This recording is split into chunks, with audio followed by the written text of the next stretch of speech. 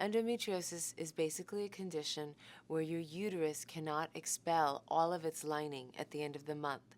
So that very fertile tissue gets reabsorbed into the body and then grows and spreads everywhere.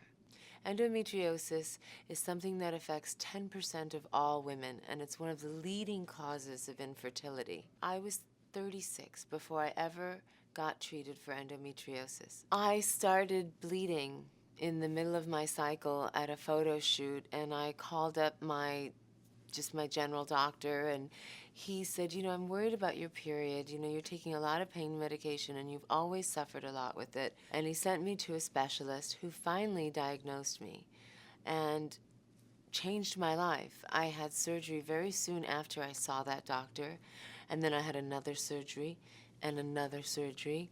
I also took the trouble to freeze my eggs, and it was when I froze my eggs that I learned that it would become very, very difficult, if not impossible, for me to actually have a child of my own.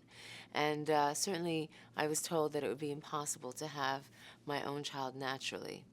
You can imagine how I would have felt at that moment in my late 30s. When I finally found out what it was that was causing a lot of the problems that really were inexplicable to me across the years of my life, I was relieved to know that A, I wasn't crazy, and B, that there was a reason. But beyond relief, I was also angry. I was upset that I had been diagnosed so late and that I could have prevented at least a decade of suffering. If I had known that I had endometriosis, I would have lived a different life, but I would have also thought differently about how much time and how much choice I have in being a mother and when. I would have frozen my eggs a decade earlier, and it would have been a much easier process because as a woman, when you're in your 20s and your early 30s, you produce so many more eggs than you do in your late 30s or into your 40s. I froze my eggs as just as insurance.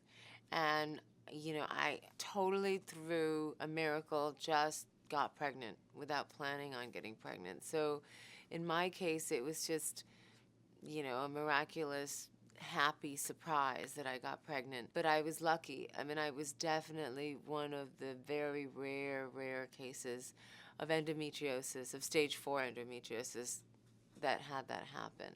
I think infertility is one of those subjects that nobody likes to talk about, for obvious reasons. It's very personal. Everybody's different. It has to do with your sexuality, but it also has to do with your own feelings about your womanhood and all the cultural and religious and familial taboos wrapped around that. And we have insecurities about that, so why would we want to be open about something so touchy? But I think it's important as a community to come together also for support. So there is a dialogue just so people are more informed. The most important thing is to not compare yourself to the woman next to you, whether she's in a magazine or sitting right next to you in the hair salon. It's you, your body, your life, your family. We'd love to hear your story.